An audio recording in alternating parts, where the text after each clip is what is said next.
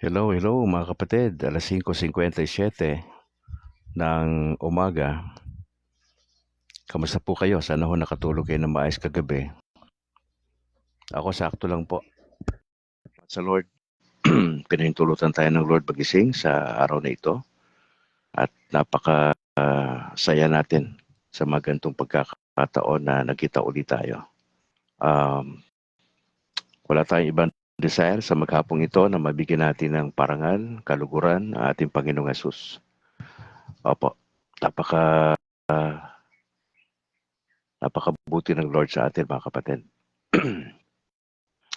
Kaya purihin ang Panginoon Diyos dahil hindi siya nagkulang sa atin, sa kanyang pag-iingat. Nagpapasalamat tayo dahil mabuti ang Lord sa atin mga kapatid. Oo. Tumaasa tayo sa patuloy na gagawin ng Panginoon Diyos sa ating buhay, pamilya, negosyo, sa mga estudyante. Opo. Yun ang gusto natin mangyari na sa kada araw ay maranasan natin ang kabutihan ng ating Panginoon Diyos at pa-share natin to sa iba. Yan po yung pinaka-layo din natin. Opo. Alright. Good morning, kapatid. Magandang umaga po sa inyo. At magsimula na po tayo, mga kapatid. Kumusta kaibigan? Ikaw ay nasa programa ng Kabrad kasama si Brad Calix at si Sister Apple. Ang Kabrad po ay para sa Catholic community sa loob at sa labas ng bansa. Layunin itong alalayan, palakasin at gabayan ang isang Katolikong Pinoy na mas maging malalim pa sa pagkakilala kay Jesus at sa mga aral na simbahang Katolika. Na sinusubukan din natin sa biyaya ng Diyos na balansehin ang ating kaisipan at damdamin at sa paggawa ng mabuti sa kapwa. Kaya't halina't makinig at tuklasin ang turo na simbahang itinatag na ating Panginoong Heso Kristo. Ngayon po ay araw ng Huwebes, ika-16 sa buwan ng Enero 2025. At narito po si kapatid na Apple para pangunahan po tayo sa pananalangin at sa pagbanggit na rin ng Saint for today. Good morning, kapatid na Apple. Good morning, kabrad, sa lahat ng ating mga followers, supporters on Facebook. Magandang umaga po sa lahat. Magsisimula na po tayo. Let us put ourselves in the most holy presence of God. In the name of the Father, and of the Son, and of the Holy Spirit. Amen. The Angelus. The angel of the Lord declared unto Mary, And she conceived by the power of the Holy Spirit. Hail Mary, full of grace, the Lord is with thee. Blessed art thou amongst women, and blessed is the fruit of thy womb, Jesus. Holy Mary, Mother of God, pray for us sinners, now and at the hour of our death. Amen. Behold, the handmaid of the Lord. May it be done to me according to your word. Hail Mary, full of grace, the Lord is with thee. Blessed art thou amongst women, and blessed is the fruit of thy womb, Jesus. Holy Mary, Mother of God, pray for us sinners, now and at the hour of our death. Amen. And the Word was made flesh. And dwelt among us. Hail Mary, full of grace, the Lord is with thee. Blessed art thou amongst women, and blessed is the fruit of thy womb, Jesus. Holy Mary, Mother of God, pray for us sinners, now and at the hour of our death. Amen. Pray for us, O Holy Mother of God. That we may be made worthy of the promises of Christ. Let us pray. Pour forth, we beseech you, O Lord, thy grace into our hearts, that we, to whom the incarnation of Christ, your Son, was made known by the message of an angel, made by his passion and cross, be brought to the glory of his resurrection, to the same Christ, our Lord. Amen. Glory be to the Father, and to the Son, and to the Holy Spirit. As it was in the beginning, is now, and ever shall be, world without end. Amen. Let us now proceed to the saint of the day. The saint of the day presents a daily calendar of saints remembered by the Church. This week feature the stories of the great witnesses of Christian life through the century, lighting our way on our journey of faith. Today is the 16th of January, Thursday of Ordinary Time. The Church celebrates Saint Priscilla, Roman matron. Priscilla was a Roman matron of the first century. Some have identified her with the wife of Aquila, engaged in the first Christian catechesis, or with the founder of a cemetery named for her in Via Salaria, who received Saint Paul as a guest. According to others, she was a freed slave. Let us offer one Our Father, one Hail Mary, and one Glory be for the intentions of our Holy Father, and for those who are hopeless, needed help and healing for our intimate wounds, healing of our physical bodies, emotional and mental. Our Father, who art in heaven, hallowed be thy name. Thy kingdom come, thy will be done on earth as it is in heaven. Give us this day our daily bread, and forgive us our trespasses, as we forgive those who trespass against us. And lead us not into temptation, but deliver us from evil. Amen. Hail Mary, full of grace, the Lord is with thee. Blessed art thou amongst women, and blessed is the fruit of thy womb, Jesus. Holy Mary, Mother of God, pray for us sinners, now and at the hour of our death. Amen. Glory be to the Father, and to the Son, and to the Holy Spirit. As it was in the beginning, is now, and ever shall be, world without end. Amen. Saint Priscilla, pray for us. In the name of the Father, and of the Son, and of the Holy Holy Spirit. Spirit. Amen. Amen. Good morning. Alright kapatid, baka meron kayong anunsyo sa inyong parokya at sa ilang mga greetings at pa-shoutout galing sa iyo. Kapatid, just go ahead. Magandang umaga. Unang-una sa aking mahal na kura paroko, Father Farley Santillan, at ang lahat ng mga church workers natin. Sa aking mga magulang na palagi nanonood ng replay Mhm. kasi hindi na sila makapanood na sa simbahan. Morning mass sila, daily mass sila everyday. Good morning din sa lahat ng mga members ng CFD National, lalong-lalo ng CFD Bacolod, Mhm. CFD Antipolo, at ang ating mga masisipag at nagwagwapuhang mga officers dyan. Magandang umaga sa inyo. So far, wala naman pong announcement sa aming parokya. Ang Sunday Masses po ay nagbago na 6 o'clock, 8 o'clock na umaga Mhm. sa Vista Alegre, 10 o'clock dito sa parish, at instead of 5:30, 5 o'clock na po sa hapon ang ating mass dyan sa ating parish sa Immaculate Conception, Pakyas, Mansilingan. Sa lahat ng mga nanonood sa LRM family, ang ating prayer warriors, kay Sis Angel Amoma, kay Sis Cheche, kay Sis Ria, kay Brother Rene na nasa from Jensan, nanonood din po yon. Magandang umaga sa iyo, kapatid. Mhm. Magkita-kita tayo sa conference sa March. Sa lahat po, magandang umaga. God bless us all. Ingatan tayo palagi ng Panginoon. At good morning po. Maraming Alright, salamat, Brad. maraming salamat kapatid na Apol. Napakabuti ng Lord sa atin. Si kapatid na Apol ay isa sa kanyang apostolate po talaga, yung mananalangin po talaga. Kaya Sister Apol, salamat at sa inyong mga kasamahan dyan sa Latin Rosary sa movement. Alright, magandang umaga po Luzon, Visayas, Mindanao, sa lahat ng mga Catholic community nationwide at sa labas ng bansa. Magandang umaga po. Gusto kong i-acknowledge yung mga kapatid na nandito. Si Bro Nelson Cadigal, ang ordinaryong Katoliko. Maraming salamat po sa inyong pag-antabay. At mamaya po ibibigay ko yung number, kapatid na Nelson ha. Opo. si Bro Joel Bongo Esteliore. Magandang umaga po.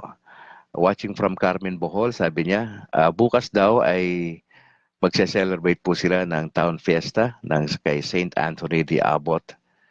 Saint Anthony, opo. At yung kanilang priest na si Martin Esteliore. Magandang umaga po, Pads, at sa lahat ng mga kapatiran dyan sa inyong lugar po. Maraming salamat, Bro Joel Bongo Esteliore, at sa buong pamilya. Sino pa ba yung nandito? Si Bro Rick De Llosa Garsuta, masipag ho ito na magbahagi ng videos natin. Bro, maraming salamat ha. Patuloy kayong samahan ng ating Panginoon Diyos. Gusto rin nating i-acknowledge, mga kapatid, ang ilan nating mga kapatiran. Good morning sa aking mother, kay Mama Elsie, dyan sa bahagi ng Cainta Rizal. Si Fred Al, si Charo, si Nicole, si Jairus Matthew. Ganon din si Buddy, si Bimbim, si Picoy. Magandang umaga sa inyo. Si Rock, si Esme, yung kanilang mga anak. Si Julie, si Ronly, andyan sa bahagi ng Pangasinan. Kay Ate Lydia, magandang umaga po. At kay Buboy, saka kay Sheila, sa kanila pong mga anak. Kay Tio Jose at Tia Edna, magandang umaga po sa inyo sa kanilang buong pamilya. At sa lahat ng mga kamag-anak ko dyan sa Kalulbon, sa Palawig, Catanduanes, magandang umaga po sa inyo. Samahan kayo ng Panginoon Diyos. Pagbati rin kay Bishop Patricio sa Diocese po ng Bacolod. Bishop, magandang umaga po sa inyo. Kay Father Dominic Diramas at sa lahat ng mga priest natin dyan sa Diocese ng Bacolod, good morning. Kay Sister Mercy ng Pauline Media at sa lahat po ng staff. Kay Reverend Father Hubert Abellana ng St. Therese of the Child Jesus, Quasay Parish sa Barangay 35. Kay Reverend Father Brendan Ray Gamala, ang spiritual advisor po ng CFD Bacolod. Sa lahat ng CFD Bacolod ay kay Doc Ray Intila, magandang umaga po, God bless. Kay Christian Paul Gailan, ang aming presidente. Kay Harvey Anki, ang vice president. Kay George Quiles, ang secretary po. Sa kay JV Akma, ang aming treasurer. Kay Al Lagtapon Manila, magandang umaga bro. Ganoon din sa CFD sa Granada, kay Herald Deloso, Pepito Barbon, kay Jemmy Senciales, kay Rod, kay Rex, at sa lahat ng mga kapatiran po doon. Kay Thea Marie Pescador, kay Marjorie Batayan Agtoto, magandang umaga mga kapatid. Ganoon din kay Buds, dyan sa Legazpi Albay, magandang umaga bro. Yung kanyang Paris priest, si Father Totoy, magandang umaga po. Gusto ko rin batiin yung aking Paris priest dito po sa San Juan Nepomuceno, sa Sumag, sa Bacolod, kay Reverend Father Luan Torrefranca. Magandang umaga, Pads. Ganon din kay Reverend Father Robert Christopher Nobles. Yung aming dalawang seminarya na si Bro Simon at si Bro Kent, Sister Malu, at yung mga kasamahan po niyo dyan sa Pastoral Council at si Bro Bernardo Apoyon and Company. Ganon din ho sa Binalbagan Servants of the Divine Mercy kay Bro Chubby Martin, good morning. Kay Bro Boots Uy, at sa mga elders po na si Bro Pabs Gonzales, Jan Englis. At sa grupong All for Jesus Life Ministry, kay Bro Johnny Bigay, Willie Canseco, Joseph Benedicto, magandang umaga po sa inyo. Sa PESMA Plus Israel, magandang umaga, tanghali, gabi dyan mga kapatid. God bless sa PESMA Plus, kay Brother Romer Jerry Natalio, magandang umaga po. Sa Latin Rosaries Missionaries, maraming salamat for praying for us. Salamat po. At shout out din sa ika-4 na Bishop ng Tarlac, His Excellency Roberto Calara Malyari. Yan po ay galing kay Venson Nomer Manzano. Magandang umaga po, Bishop Roberto. Shout out din sa kay Mama Neng Uy at kay Mama Len Micabel from Kuya Chubby Martin Uy. Gusto ko lang din i-acknowledge ang mga overseas natin, mga kapatid, na patuloy na nakikinig. Si Sosimo Inojo Jr. dyan sa Ireland, Angel Amoma sa Japan, Alex Dugang sa Columbus, Ohio, USNA, Elenita Bellete sa Greece, Rosa Tadeo sa Hong Kong, Roberto Galang sa Rome, Italy, kay Ta Arnel Jawad Sigosyo dyan sa Malaysia, kay Usting Fabon Rubines Umpal sa Silici, Italy, Romel Parado ng Perugia, Italy. Arturo Pagarpata ng Ghana, Africa. Si Bro Rego Perocho dyan sa Kuwait. Alan Janeta sa Hungary. James Walter Hibanada Topic dyan sa Canada. Si Enteng Narim sa Libya. Uh, Enric Cordero sa Singapore at si Ariel Berhis dyan sa Canada. Magandang umaga po sa inyong lahat mga kapatid at sa lahat ng mga shares po natin. Maraming salamat po sa inyo mga kapatid. Isang pagpapala po talaga ito para sa atin. Diretso tayo mga kapatid sa ating gospel for today. Mark chapter 1 verse 40 hanggang 45. Okay. Sabi po rito sa wikang Banyaga, then a man with leprosy came to him on his knees, begged him, if you are willing, you can make me clean. Now moved with compassion, Jesus reached out his hand and touched him. I am willing. He told him, be made clean. Now immediately the leprosy left him and he was made clean.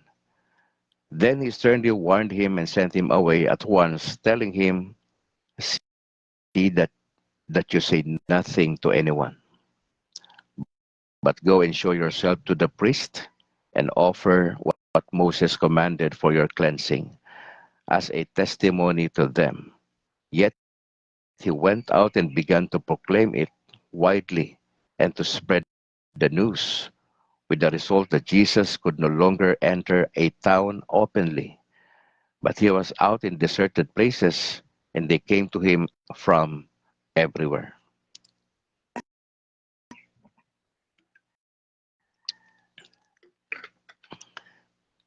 Mga kapatid, alam po ninyo, ang makaranas ng kagalingan mula sa Panginoon Diyos ay isang pribilehiyo, hindi po karapatan. Itong kwento na ito, mga kapatid, ay paulit-ulit na itong sinishare. Sa isang taon ay halos nasishare to na ating mga kaparian. Bumabalik tayo ng bumabalik dun sa Gospels, ang pinakasentro ng homily sa bawat parish worldwide. So makikita natin mga kapatid na ang Panginoon Diyos ay may malasakit sa tao. Dito po may isang tao na mayroong leprosy. Siya po ay lalaki, walang pangalan binanggit, at siya po ay nagmakaawa sa ating Panginoon Diyos. Alam po ninyo magkaroon ng karamdaman sa panahon na lang natin eh. Hindi ho biro.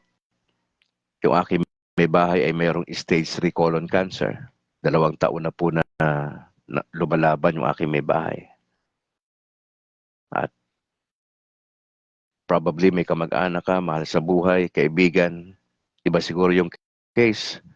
Pa siguro more than 2 years, probably 10, 20 years na up until na wala pa rin sagot galing sa Panginoon. At siyempre yung ang tao may sakit, may time na desperate na, di ba? Maski saan pupunta. Mga Katoliko na pwede pumunta sa albularyo at sa sino man. Kasi desperado eh. Marami nang pupuntahan, maraming susubukan. Gagastos ng malaking pera.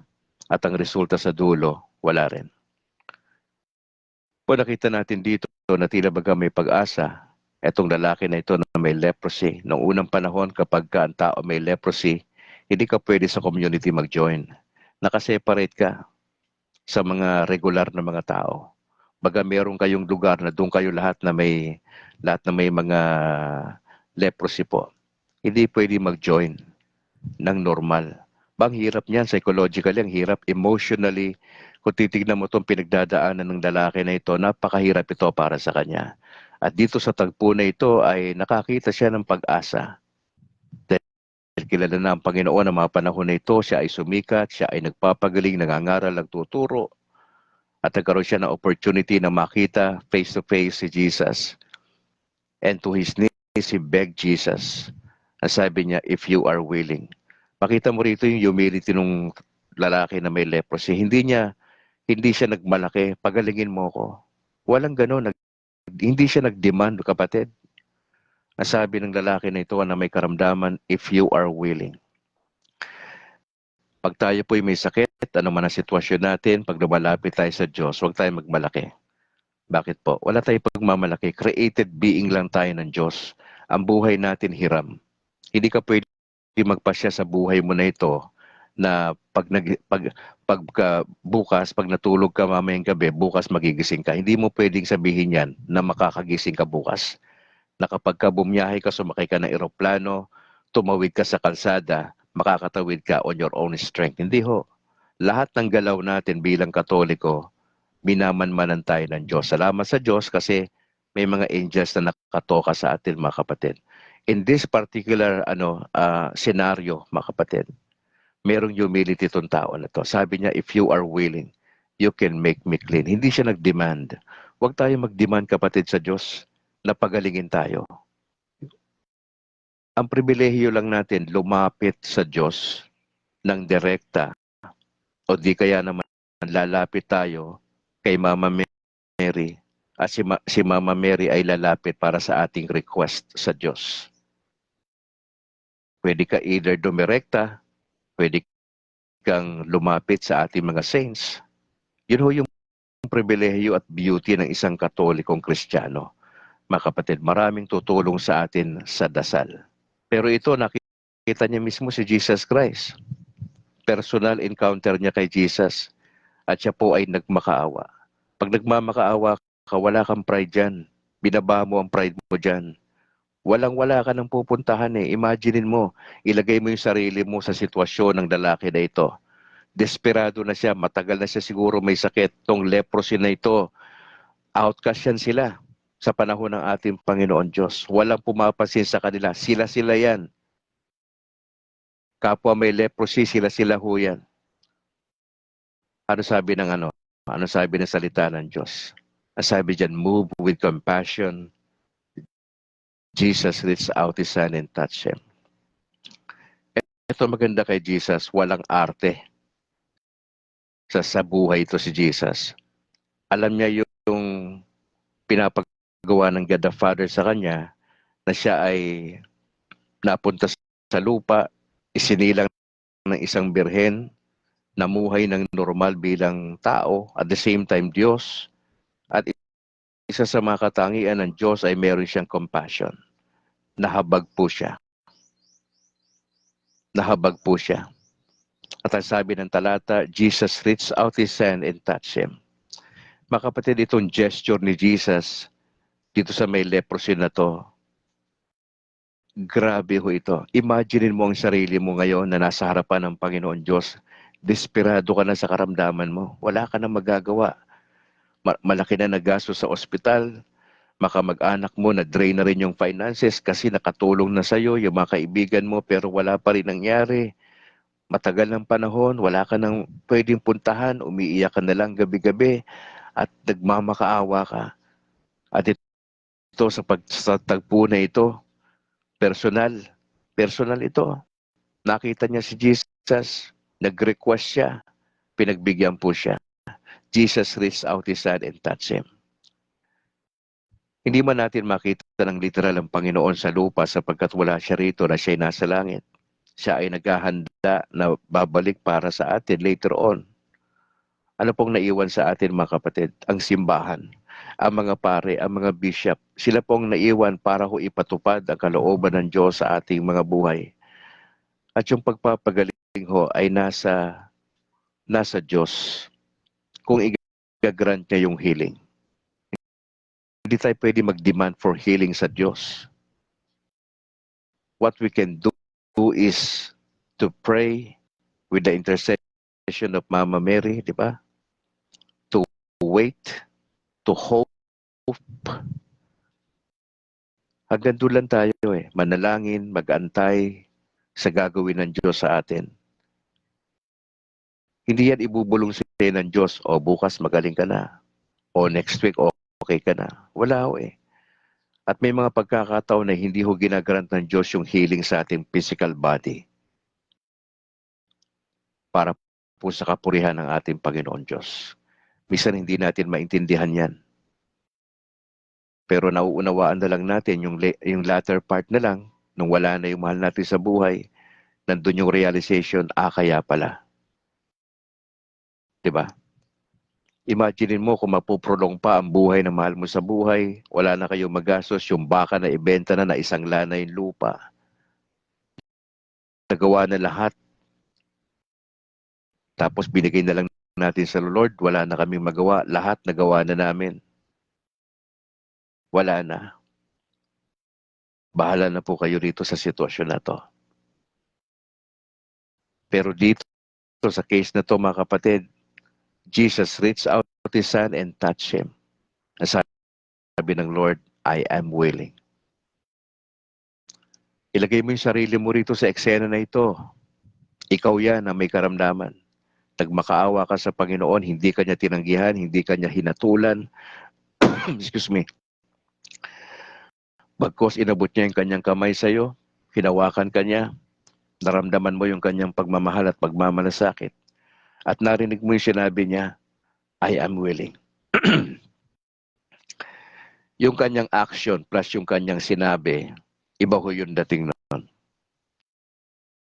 Kaysa yung itong lalaki na ito na may leprosy, nung makita niya si Jesus, nag-request tapos binaliwala siya, itinaboy pa siya. Baka siguro ano pa ginawa nitong lalaki na ito. Pero dito sa eksena na ito, Jesus moved with compassion. He reached out his hand and touched the man. Sabi niya, I am willing. At ang sabi ng Bible, immediately the leprosy left him. Bigla po yun. The moment na nagsalita o nag-declare si Jesus na be healed, hindi na ho bumilang ng 10 yun. 1, 2, hanggang 10. Hindi ho. Wala nang counting ho. Hindi ho yun umabot ng 1 linggo, 1 buwan. Ginabi na sila doon. Walang ganong eksena. Ang sabi ng Bible, immediately, after magsalita ng Panginoon, be healed. Nangyari ho kagad yun. Hindi ho yan katulad ng mga man-made na mga miracle crusade ng iba't ibang sekta sa Pilipinas na puro peke. Mantakin mo na ipalabas nila yan. Hindi sila nahihiya na puro peke yung pinapakita nilang pagpapagaling. Kunyari lang.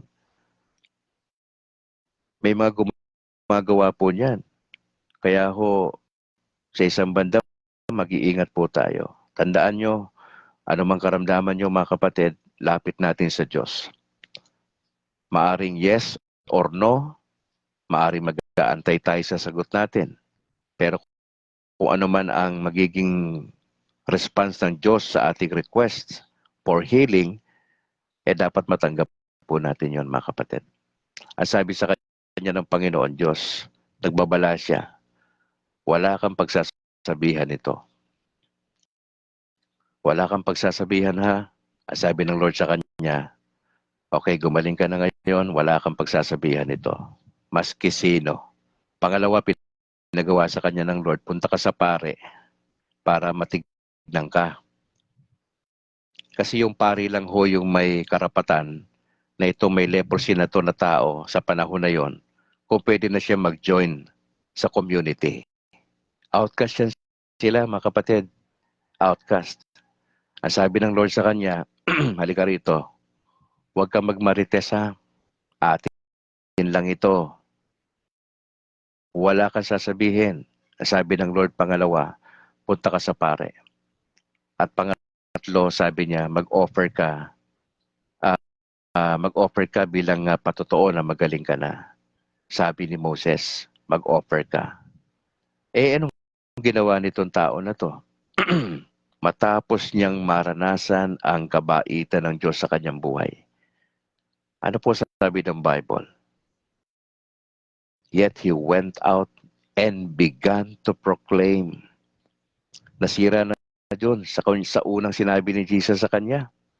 Nasira siya doon. Iba tayo kapag meron tayong importanteng bagay na pinag-usapan sa isang kaibigan, mahal sa buhay. Di ba naiinis ka kapag hindi nasunod yung usapan? Lalo na, di ba, may mga kaibigan tayo, may pinagdadaanan ka sa buhay. Yung sikretong malupit mo sa buhay, sinishare mo. Nasabi mo sa kanya, atin-atin lang to, pre. Huwag nang lalabas to. Atin lang ito. Tapos nabalitaan mo nalang kinuwento ng kaibigan sa kaibigan mo, na kaibigan nyo rin. Ano mararamdaman mo? Betrayal of trust, di ba? O, kaya nga alam mo sa counseling, nung ako'y pastor pa, hindi yan po pwede. Even yung misis ko, hindi niya alam yung nangyari doon sa counseling session. Akin lang yun. Kaya medyo mahirap kasi you have to absorb everything. Lahat ng detalyeng sinasabi ng counselee, dapat ma-absorb mo bilang counselor. At hindi po kami nagbibigay ng advice. We counsel. We guide the person doon sa kanyang decision. Siya yung gumagawa ng decision, hindi po ako bilang counselor. Mga kapatid, mahalaga po ito, yung nangyari na ito. Yet he went out and began to proclaim. Hindi niya nakayanan. Ikaw ba naman Ikaw ba naman nakapasa sa board exam, bar exam ang anak mo, pamangkin mo? Mahal mo sa buhay? Tatahimik ka lang ba? Yung mga kaibigan nating tumataya, nanalo, hindi nila mapunggan ang kaugalingon nila, di ba? Oh.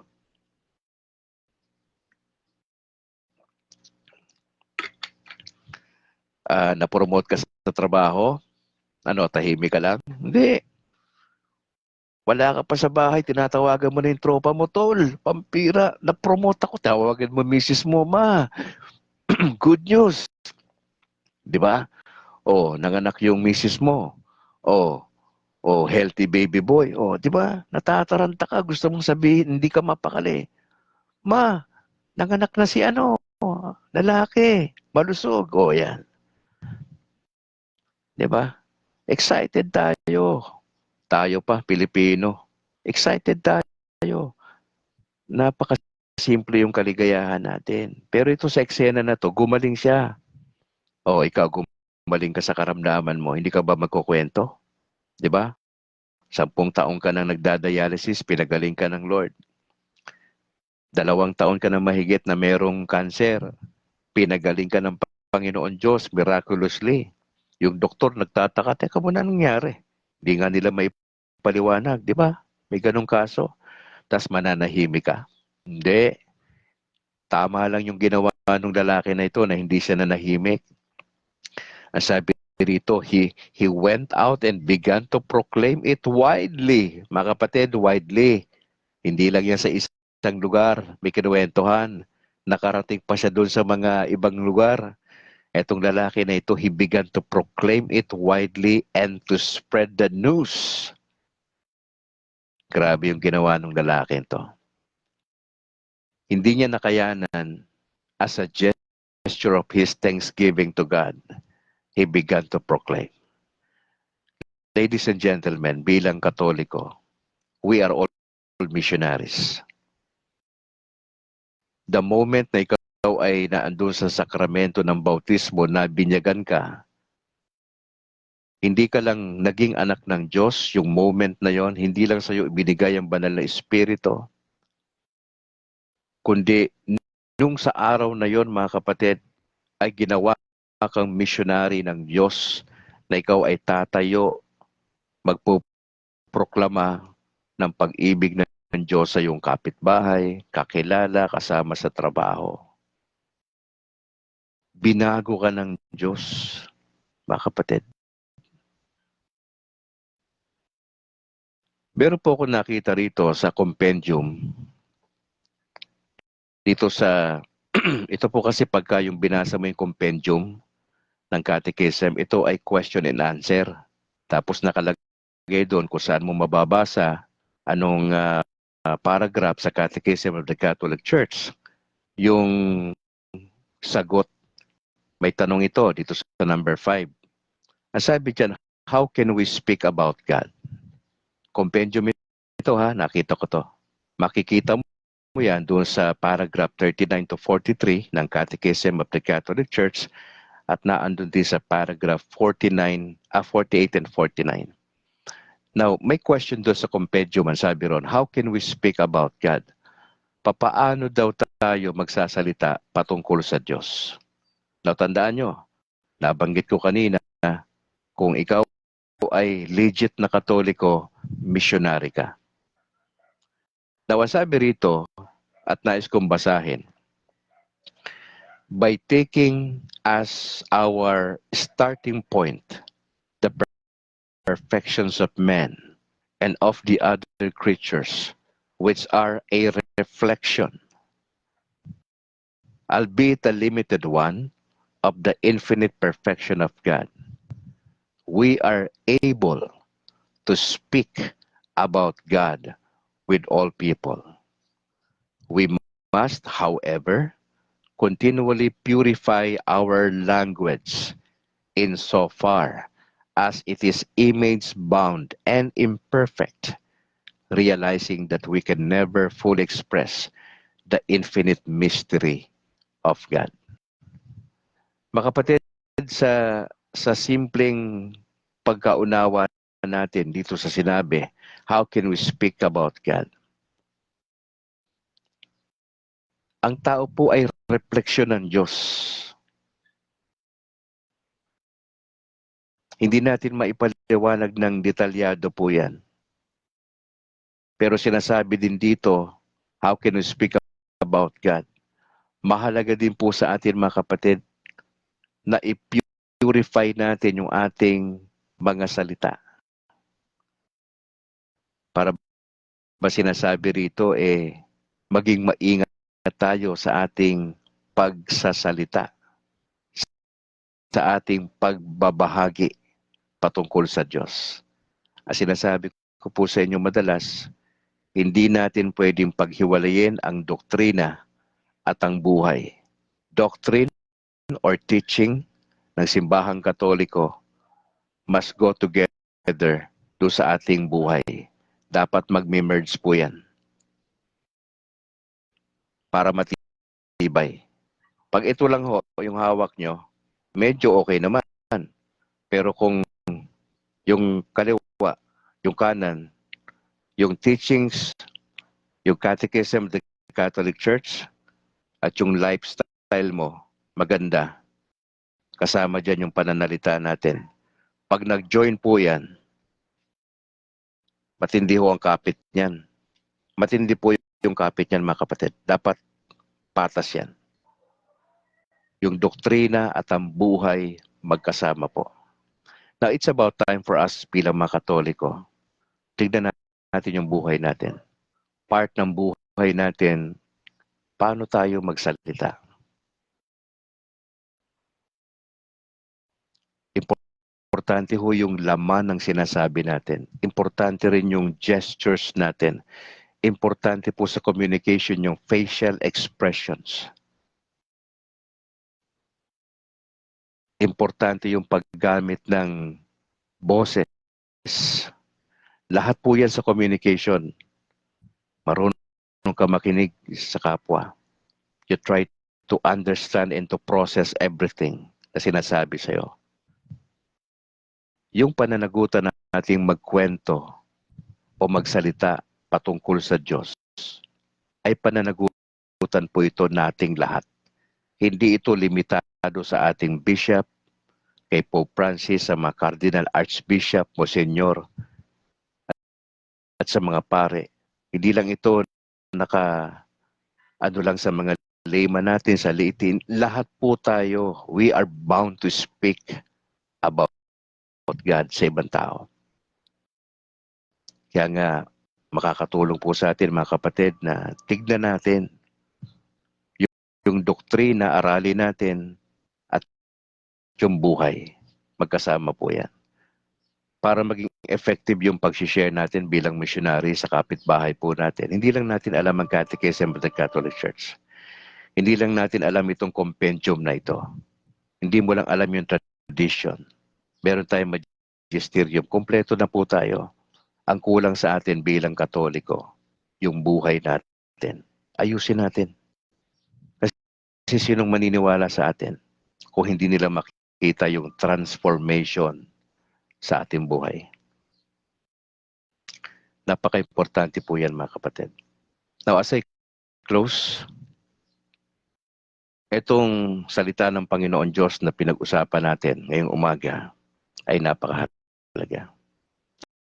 Again, kung babalikan ko itong verse 45, he went out and began to proclaim it widely and spread the news.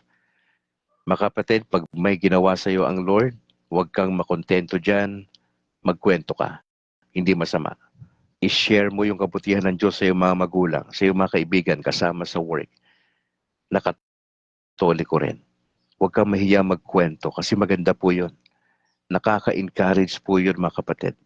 Na yung mga kapatid na may pinagdadaanan sa buhay, karamdaman, relasyon, hanap buhay, sa kanilang mga anak, magkakaroon sila ng pag-asa kapag narinig nila ang kwento mo. Ano resulta nito? Nung nagkwento yung lalaki, hindi na tuloy makapunta hindi siya makapasok si Jesus basta-basta sa isang lugar. Kasi nahanting na siya ng mga tao eh. Kasi nga, nagkwento na to eh. Okay? Lahat ng tao nagdadagsaan na sa Panginoon Diyos. Mga kapatid, ang maging Kristiyano ay pribilehiyo, hindi po karapatan. Tayo po ay Katoliko. Ang mabuting Katoliko ay nagbabahagi ng salita ng Diyos. Ang mabuting Katoliko ay hindi pwedeng manahimik sa isang tabi. Hindi mo kakayanin, ikwento mo, magsalita ka para sa Panginoon. Hindi lang ang pare ang nagsasalita. Tayo, missionary ka, magsalita ka. Gamitin mo yung pagkakataon na libre ka sa opisina. I-gather mo yung tropa mo. Magkwento ka. Yan ang tamang pagmamarites. Ikwento mo yung kabutihan ng Diyos sa iyong buhay. Alas 6:40 na ho sa aking orasan. At gusto ko lang ho batiin lahat ng mga may kaarawan ngayon. January 16, baka birthday ng asawa mo, anak, kasama sa church o yung pari nyo. Pakisabi ho, sabi ni Brad Calix, happy birthday. Happy birthday bro. Baka birthday mo ngayon ha. Pasikreto ka lang. Oh. At sa lahat ng couples sa Catholic community nationwide, baka po ito ay anniversary nyo, wedding anniversary. A blessed wedding anniversary po sa inyo. Opo. Announcement lang ho mga kapatid, mamayang gabi alas 7, Lord willing, ay tutuloy natin yung ika-4 nating Learn to Love. Opo. Maganda ho ito na malaman natin na matutunan natin magmahal. Tapos na yung hatred. Tapos na yung mga bullying. Tapos na ho yun. Ang gustong mangyari ni Brad Calix sa patnubay ni Mama Mary ay makilala itong broadcast na ito na itinataas ng Panginoong Yesus. Balanse sa paghawak ng katotohanan sa Catechism of the Catholic Church na mas mahalaga sa atin pag-usapan yung ating spirituality, yung ating pagiging Katoliko, how to become a good Catholic. Yun ang gusto kong mangyari dito. Hindi ako doon sa debate. Doon ako sa dialogue. Doon ako sa relationship. Kasi community tayo. Mahalaga ito para sa akin. Meron tayong realization bilang komunidad na meron tayong pagmamahalan, understanding, willing to listen, merong malasakit sa bawat isa. Yan ang gusto ko mangyari sa Catholic community nationwide.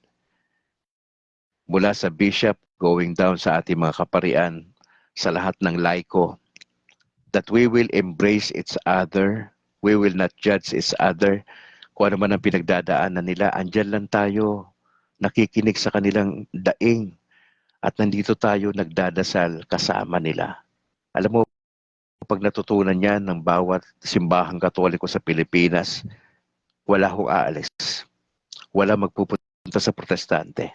Bakit? Naramdaman nila sa loob na hindi sila hinatulan, minahal sila sa kabila ng lahat ng kapalpakan natin minsan sa buhay. Ang ganda ho nun. nagkamali ka na, pinakinggan ka, inunawa ka, tapos niyakap ka pa.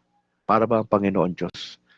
Sa kabila ng nadudungisan tayo ng kasalanan, nadadagtaan tayo ng kasalanan, pero ang Diyos never nahatulang ka. Yung mga pari natin, hindi rin sila tinrain para hatulan ang katolikong katulad mo. Yun ang gusto ko makita rito sa broadcast natin. Na kada araw sa ginawa ng Diyos, every time na tayo ay mag-aaral ng salita niya, merong changes sa buhay natin. Meron tayong personal reflection, sasabihin natin, Lord, salamat sa mensahe niyo. Change me. Ganun ang dasal eh. Lord, change me. I want to change. Hindi yung nagdasal ka, Lord, salamat sa mensaheng ito. Change my wife. Change my husband. Hindi ho, mali pong dasal yun eh. Change me. Lord, baguhin niyo ko yung attitude ko. Yun yung tamang dasal, hindi ho, baguhin niyo yung aking mga, hindi ho, wala kang magagawa doon sa pagbabago na yun. Si Lord ang nagbabago. At ang dapat mong pulisan, bantayan, hindi yung asawa mo, hindi yung kamag-anak mo, hindi yung pare mo, bantayan mo sarili mo. Wala ka ibang babantayan, bantayan mo sarili mo. Of course, may pamilya ka, babantayan mo yon. Halika kayo rito, huwag tayong gumawa ng kasalanan. Halika kayo, dumalo tayo sa misa pag Sunday. Halika kayo, magkaroon tayo ng regular confession sa pare. Yun ang trabaho mo bilang tatay. Yun ang gusto ko patutunan dito eh. Pagtas ng misa, hindi ka nagmamadali lumabas ng simbahan. Pagkatapos ng misa, katulad ng ginagawa naming mga pastor, nagmimerienda kami pagkatapos ng gawain sa Panginoon. Nagkukwentuhan kami ng mga tatay, nag-gather kami, yung mga nanay sa isang gilid, yung mga young professionals sa isang gilid, sa mga young people, nagpe-fellowship pagkatapos ng gawain. Pwede ba natin gawin yon mga kapatid sa Pilipinas? Na pagkatapos ng misa, hindi tayo nagmamadali lumabas.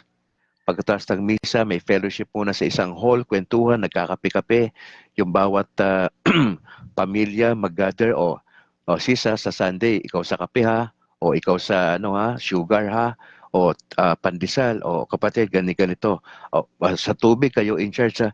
Pwede natin gawin yun. Yung bang makita sa atin, pamilya tayo. Hindi yung nagmamadali. Pagkatapos ng misa, nagmamadali. Misa, nagigit-gitan pa ron sa gate ng simbahan eh. Nagmamadali eh. Pambira, 1 oras na nga lang yung misa natin, nagmamadali pa tayo. Wala pa tayong kwentuhan. Yun ang magandang nakita ko na kulang sa simbahan natin. Doon tayo failure. Nagmamadali, 1 oras na nga lang, nagmamadali pa. Late na nga tayong dumalo sa simbahan. Tapos na yung homily ni Father, saka ka pa nagpunta sa loob, tapos gumigit-na-gitna ka pa doon, tapos uwi ka pa ng maaga. Tapos na yung eksena na yon. Gawin natin 2025, usap-usap tayo. Palagay ko naman yung ating parish priest matutuwa niyan. Nag-initiate ka eh. Nakita mo yung ganito, sinabi ni Brad Calix, pwedeng gawin niya sa Sunday. Sabado pa lang mag-usap na kayo, ganito tayo, anong service kayo umaattend? 7 o'clock. Marami tayo doon, nakita mo yung mga tropa natin doon. Ito, gawin natin. Pagkatapos ng misa, punta tayo doon sa gilid, mag-fellowship tayo. Ano ba naman yung 15 to 30 minutes, magkakape kayo, magkukwentuhan, tapos bago kayo umalis, magdadasal kayo. You pray for one another. Pag ginawa mo yan sa simbahan natin, pag ginawa natin yan, iba yung dating yan. Nakarinig ng homily ni Father, nag-communion tayo. Pagkatapos ng misa, nag-fellowship ng 30 minutes, nagkukwentuhan, nagkakape-kape, kumusta yung anak mo? Ito nga, Mari, problema ako eh. Di ko alam kung anong gagawin ko eh. Mukha atang buntis pa yung anak ko. Di ba habang nagkakape-kape? Di ba? Nasasabi mo eh. Alam mo yon? Pre, kumusta sa trabaho? Pare, na-lay off ako. May problema nga ako. Di ko alam magagawin ko eh. Ay, hindi pre, may ano dyan. May ano dito sa amin. May nangangailangan kami ng ganito. Pwede ka doon. Ipadala mo lang resume mo, tutulungan kita. Kung merong ganyan, nasusolve agad yung problema. Di ba? So malaki yung magagawa niyan mga kapatid. Yan po'y panawagan sa buong parishes sa buong Pilipinas. Hindi ang pari ang mag-i-initiate niyan. Ikaw ang mag-initiate. Nakita mo yan? Sinabi ko sa iyo yan. Let's initiate na tayo. Mga kapatid, if you would like to talk to Bro Calix, just go ahead. Wag lang ho sa gabi kasi hindi ko na ho kaya makinig sa inyo pag alas 10 ng gabi.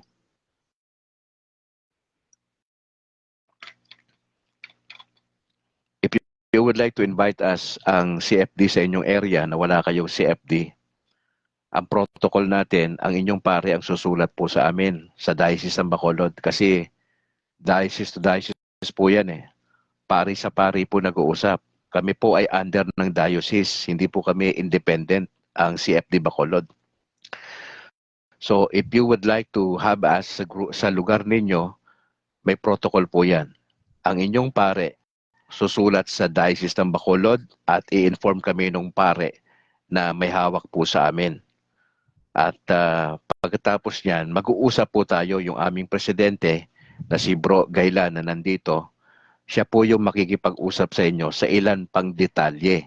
Kasi ayaw namin pagpunta ron, hindi naman pala organize. Sayang po yung panahon natin pare-parehas eh. Ayaw namin yon. Gusto namin organize tayo ha. Yan po yung pakiusap. Kung gusto nyo kaming makasama dyan, so dalawang bagay pwede mangyari. Hindi lang CFD, nandun ako para encourage po ang body of Christ. Okay? To encourage you. So, Lord willing, itong taon na ito, itong first quarter, merong ganyan, second quarter, third quarter, tignan natin ha. Gusto namin kayong tulungan. Doon sa mga walang CFD. Kasi ito, hindi pwede online. Ito ay face-to-face. Ayan po yung bilin sa atin ng ating presidente rito sa Bacolod. Kaya kung nais po ninyo, makipag-ugnayan po kayo kay Brad Calix at kakausapin ko yung aming presidente at mag-uusap-usap po tayo sa ilang detalye. Ha? Mga kapatid, Bro Nelson ha, wait lang po, pagkatapos ng broadcast, it's either I will call you o ipadala ko sa messenger ha, Bro Nelson Cadigal, yung request po ninyo. Opo, noted po yan. Opo, maraming salamat. Mga kapatid, supportahan nyo si Brad Calix sa ating YouTube channel na State of Grace TV. Pakisuportahan po si Brad Calix. Doon po natin inilalagay ng ating kapatid na si Bro George yung reflections natin from Monday to Sunday, yung ating Learn to Love series, yung aking conversion story, nandun po yan sa nasa State of Grace TV. Opo. Medyo nagiging maingat lang ho kami sa ngayon kasi may mga pumapasok na mga alam mo na, mga taga-ibang ibayo na gustong i-penetrate yung ating broadcast at marami na pong pagtatangka na i-hack po yung ating Facebook account. Opo. Kaya ho, naggasalig lang ako sa Ginoo na hindi na ho mangyayari po yun. Yung aking original na account ay nahack po last year ng mga June. Hindi pa po na-recover yun. Nandun ho lahat ng mga videos ko ng Kainos Life pa yung pangalan. Ngayon po, kabrad na eh. At purely po Catholic teaching so yung ating sinishare dito mga kapatid. So, just let me know kung nais din ho ninyong tumulong sa gawain ng Panginoon Diyos. Nakalagay po dyan yung ating number. Mga kapatid, if you would like to help or to talk to me personally on how you could help or to donate na mga bagay-bagay para po sa pagbo-broadcast, yun po yung kailangan natin dito. So, very much appreciated ang inyong dasal at ang inyong pagtulong mga kapatid. Kaya ho, maraming salamat doon sa mga kapatid na magre-responso dito po sa pangangailangan na ito. Sumama kayo sa aming pananalangin, alas 8:30 kada gabi, si kapatid na Apple yung nagdilid po sa atin. Nagro-rosaryo po tayo, isang pasada po yan. So, challenge lang po sa lahat ng tatay, join po kayo. Punta kayo sa ating messenger po na parang nakalagay doon ay Kabrad Prayer Global Ministry. Opo, ito po ay bukas na paanyaya sa bawat tatay sa buong Pilipinas na tayo po ay magrosaryo. Opo. Hindi man natin ma-perfect yan, pero at least nandun yung desire mo na matutunan. And over time, ano na ho yan, maski nakapikit tayo, basta hawak-hawak mo yung rosaryo, di ba? Umiikot yan eh. Oo. Baka dumating yung point talaga ng ano, o hindi na tayo nag-i-struggle. Salamat kay kapatid na Apple sa kanyang pangunguna para sa atin dyan. Opo. Sige, mamaya magkita tayo alas 7, Lord willing. Hopefully maganda yung panahon natin. At ipagdasal natin si Bro Noe Dora, no, yung aming tambalan kada Sabado. Sa ngayon, parang may problema dun sa area niya. Yung kuryente may problema. At alam niyo naman, pag nasa probinsya, ano yan eh, may problema yung wifi na apektuhan. Opo. So pagdasal natin, itong Saturday ay magiging maayos po ang lahat. Meron ba ako nakalimutan? Okay, maraming salamat mga kapatid. Tayo po'y mananalangin in the name of the Father, the Son, the Holy Spirit. Amen. Ama, salamat po sa umagang ito. We'd like to thank you sa word. Na-appreciate po namin ang ginawa ng Lord sa lalaki may leprosy. Hindi niyo po siya tinanggihan bagkus yung kanyang request was granted. Pinagaling niyo po siya. Hindi niya nakayanan na hindi magkwento. Sana ganun din po kami, Lord, anumang mga blessings that we have, tagumpay na meron kami, blessings, huwag kaming mag-hesitate na magkwento sa iba. Kasi malaki po ang tulong nito. Mas pinalalakas itong aming pananalig sa Panginoong Yesus at sa aming inang Birhing Maria. I just want to thank you dahil mabuti kayo sa bawat isa. I'd like to pray for our Pope Francis for good health. Sa lahat ng cardinals po dyan sa Vatican, patuloy na magkaisa. At pinagdadasal namin ang inyong kalooban sa lahat ng bishops, priest po sa Pilipinas, na magampanan po nila ang pagpapastor sa iba't ibang parishes ng may kagalakan. We just pray po sa aming mga pare, ilayo niyo po sila sa anumang kasalanan na magpapahina ng kanilang buhay pananampalataya. At kami rin bilang mga laiko ay sumuporta kami sa gawain ng Panginoon Diyos to encourage our priest. At kami mismo mag-initiate na kami ng mga changes para ma-develop yung camaraderie sa loob ng parish. At huwag kami magmadali kada Sunday after Mass, uwian na kaagad, kundi ma-develop sa amin yung pamilya na kami po ay community. Mahalaga sa amin nag-uusap, nagkukwentuhan at nananalangin. Yun ang kulang na kulang sa maraming parishes nationwide. At sana nga ho makarating itong panawagan na ito na mayroong realization at mayroong mag-i-initiate, mga paunti-unting pag-initiate. At balang araw ay matutunan ng karamihan, mag-i-enjoy kada Sunday, excited lahat kasi after ng misa, may kwentuhan pa, may pakapi-kapi pa. Lord, we'd like to see marirevive ang Catholic Church 2025.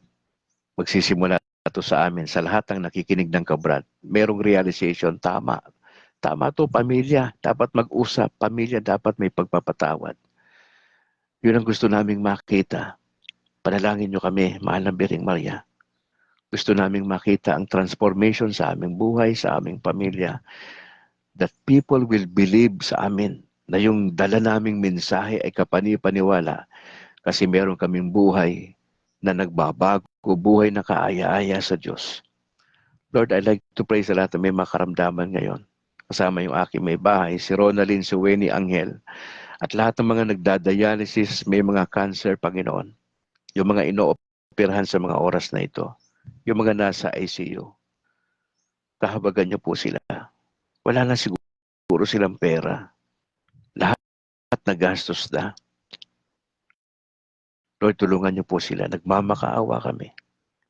Ang inyong kamay ay idampi niyo sa kanila. Pero kung ano man ang kalooban niyo, yun po yung aming dasal. Panalangin niyo kami, Inang Birhing Maria. Sa mga ganitong pagkakataon na huwag kaming panghinaan ng loob, bagkus patuloy kaming manalig sa kabutihan ng Diyos sa amin. Hindi namin kaya mabuhay mag-isa sa buhay na ito. Kailangan namin ng ayuda nyo, ang inyong extra grace.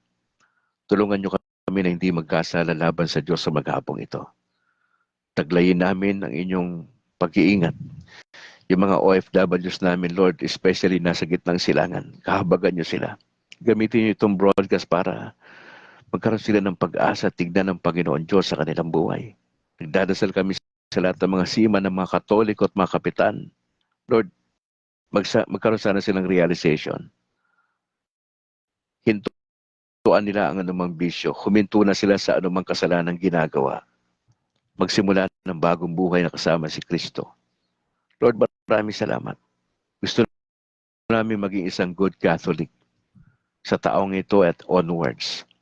Hindi mangyayari yan kung wala kaming realization. Pangalawa, kung di kami hahakbang, kailangan namin humakbang na may pananampalataya at pagtitiwala sa iyo. Lord, maraming salamat po. Kahabagan yung aming presidente. Ang mga nangyayaring impeachment, Panginoon, hindi namin alam. Yung katatapos na rally nung kamakailan, hindi namin alam yung mga nasa isip nila. Pag nagdadasal kami, spare us, Lord, sa anumang chaos sa bansa na ito.